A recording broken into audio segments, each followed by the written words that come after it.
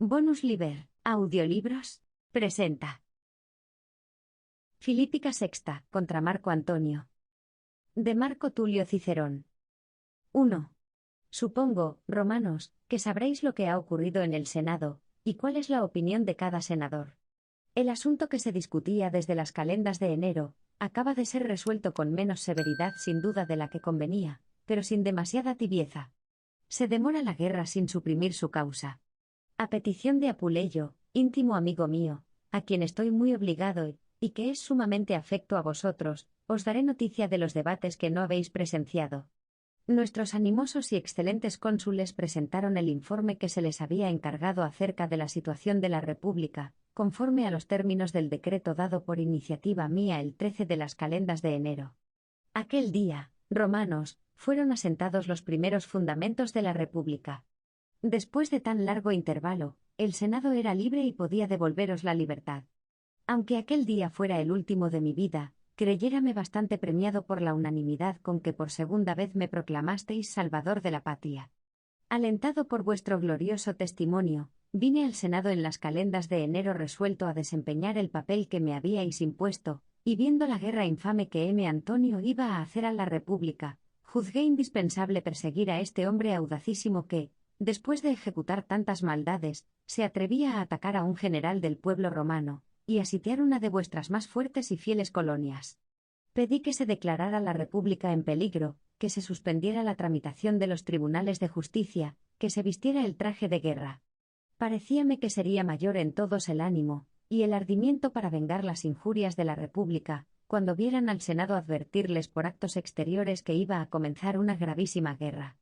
Esta opinión mía, romanos, prevaleció durante 3 días, y aunque no se llegó a votar, parecía que estaban de acuerdo con ella todos menos muy pocos.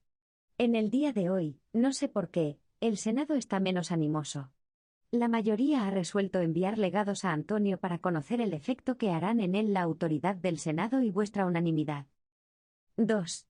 Comprendo, romanos, que desaprobáis este acuerdo, y tenéis razón. Para que enviar embajadores al que después de disipar y prodigar los fondos públicos, imponer con violencia y contra los auspicios leyes al pueblo romano, dispersar la asamblea del pueblo, y asediar el Senado, marchó a Brindis con sus legiones para oprimir la República y, abandonado por ellas, ha invadido la Galia con un ejército de bandidos? ¿Al que combate a Bruto, al que sitia a Módena? ¿Qué hay de común entre vosotros y ese gladiador para enviarle embajada y proponerle condiciones?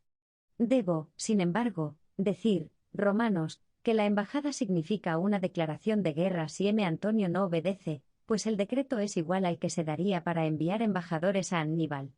Se le ordena que no ataque a un cónsul electo, que no sitie a Módena, que no haga levas, y que se someta a la autoridad del Senado y del pueblo romano.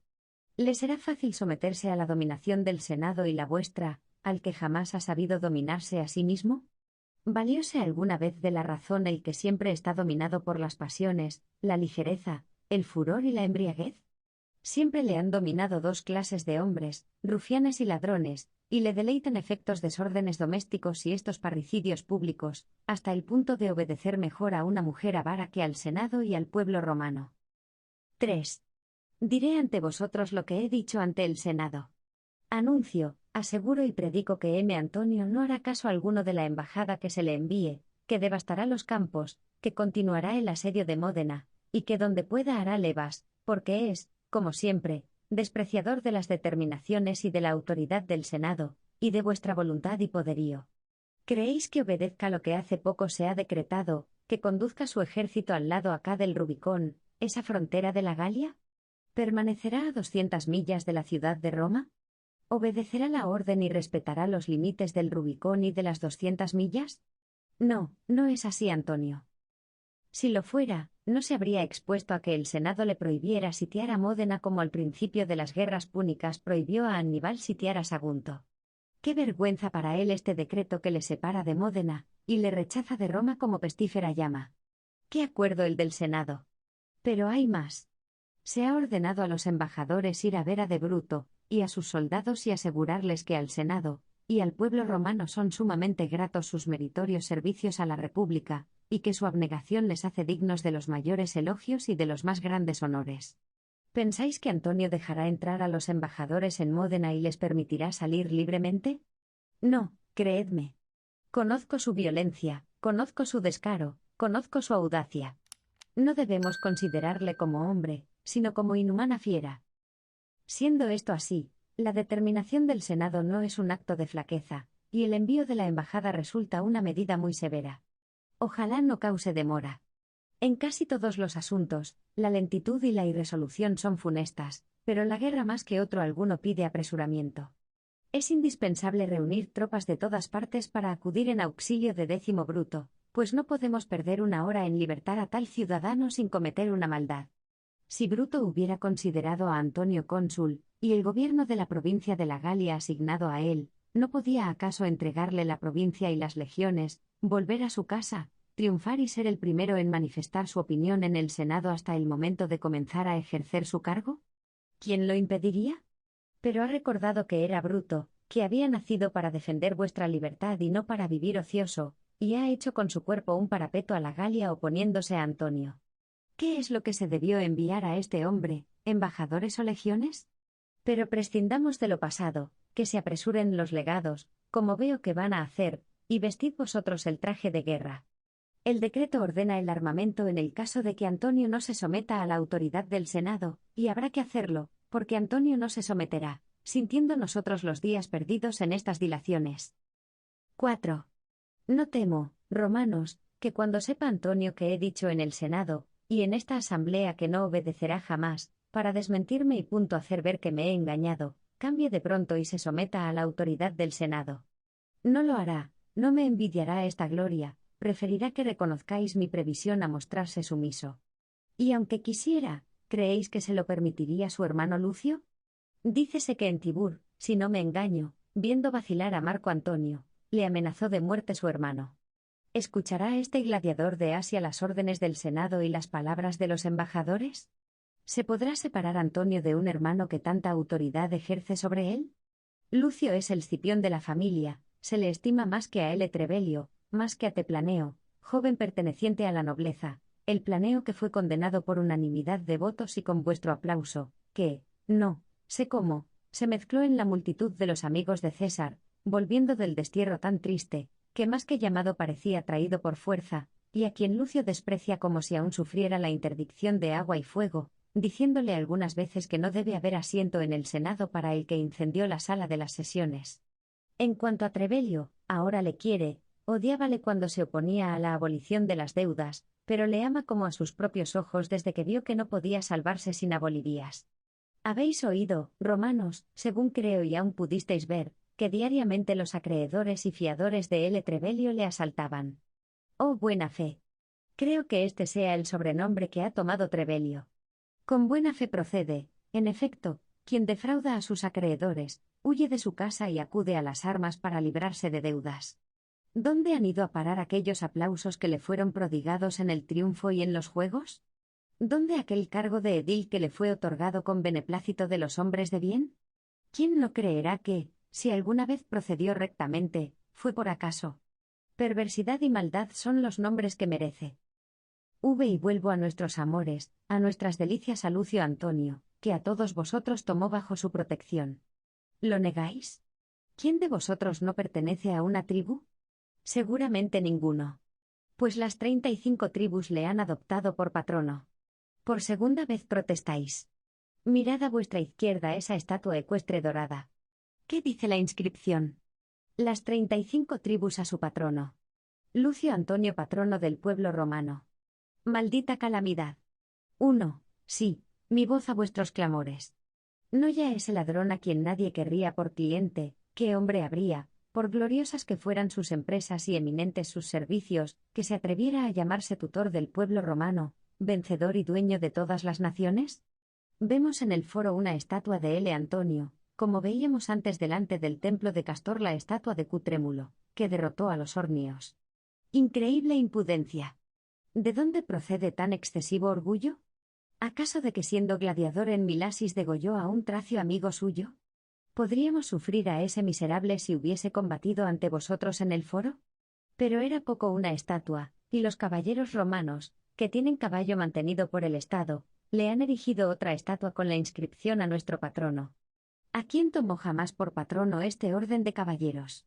Si hubiese tenido que elegirlo, yo lo sería. Pero prescindo de mí. ¿Qué censor, qué imperator obtuvo tal honra? Distribuyóles las tierras. Codiciosos fueron los que las recibían e ímprobos los que las daban. También ha sido erigida una estatua por los tribunos militares de los dos ejércitos de César. ¿Qué orden es este? Muchos ha habido en nuestras numerosas legiones durante tantos años. Les ha distribuido también las tierras de Semuria, y solo le quedaba por repartir el campo de Marte cuando se fugó apresuradamente con su hermano. Pero esta distribución de tierras, romanos, ha sido anulada a propuesta de L. César, varón preclaro y senador ilustre. Al tomar esta determinación, hemos derogado las actas de los septemviros. Perecieron los beneficios de Núcula, el patronato de Antonio cesó. Los propietarios momentáneos se retiraron sin pesar, porque no habían hecho ningún gasto, y ni siquiera habían tomado posesión de las fincas, unos por falta de confianza y otros por falta de recursos. Pero la más famosa estatua, de la cual en tiempos más bonancibles no podría hablar sin reírme, es la que tiene la Incripeión a L. Antonio, patrono de la calle de Jano. ¿Es la clientela de L. Antonio la que se reúne en la mitad de dicha calle? ¿Le podrá encontrar allí alguno que quiera prestarle 1000 sestercios? Vi. Prescindiendo de estas bagatelas, volvamos a la guerra actual y a sus causas. No creo inútil haberos dado a conocer a algunos personajes de los que combatiréis. Por mi parte, romanos, aunque opino que se pudo proceder con más acierto, os exhorto a que esperéis pacientemente el regreso de los embajadores. Si nuestra causa pierde algo en rapidez, algo en cambio gana en justificación. Cuando los legados os aseguren, como infaliblemente lo harán, que Antonio no reconoce vuestra autoridad y la del Senado, ¿quién será tan ímprobo que le considere ciudadano? Porque no son pocos, sino muchos, los que, para honra de la República, dicen, no aguardaremos la vuelta de los embajadores. Pues bien, los sucesos públicos acallarán seguramente estas voces de una falsa clemencia. Por esto, romanos, si he de deciros la verdad, he puesto menos empeño hoy en hacer que el Senado declare la República en peligro y ordene empuñar las armas. He preferido que mi proposición sea aprobada por todos, dentro de 20 días a que ahora la combatan algunos. Esperad, pues, romanos, la vuelta de los embajadores. Sufrid esta molestia durante algunos días. Si a su regreso traen la paz, deseoso estoy de ella, si la guerra, comprenderéis que la he previsto. ¿Acaso dejaría yo de velar por mis conciudadanos, y de pasar día y noche ocupándome de vuestra libertad y de la salvación de la República? ¿Cuánto no os debo, romanos, por haberme preferido, siendo hombre nuevo o hijo de mis obras, a tantos nobilísimos ciudadanos colmándome de honores? ¿Soy yo un ingrato? ¿Quién lo es menos que yo? ¿Quién como yo, después de haber obtenido los más elevados cargos, ha continuado presentándose en el foro como en la época en que lo solicitaba? ¿Carezco de experiencia en los negocios públicos? ¿Quién la tendrá mayor que yo, estando como estoy guerreando con los malos ciudadanos desde hace 20 años? 7. Por esto, romanos, en cuanto me sea posible, con mis consejos y mis cuidados he de protegeros y he de velar por vosotros, consagrando a ello todas mis fuerzas y aún más que mis fuerzas. ¿Qué ciudadano, sobre todo en la elevada categoría en que me habéis puesto, y tan obligado como estoy a vuestros beneficios, ha de olvidar la patria y ser enemigo de su propia dignidad hasta el punto de no alentarle vuestra unánime opinión? Muchas asambleas del pueblo hubo mientras yo fui cónsul. A muchas asistí, pero jamás vi concurrencia tan numerosa como esta. Todos tenéis el mismo deseo, todos deseáis impedir los atentados de M. Antonio contra la República, ahogar su furor, aniquilar su audacia. Esto mismo quieren todos los órdenes, todos los municipios, todas las colonias, toda Italia. El Senado está resuelto a conseguirlo, y vuestra resolución y vuestro autorizado asentimiento aumenta su resolución. Llegó el momento, tarde sin duda para el honor del pueblo romano, pero llegó al fin, y no podemos perder una hora.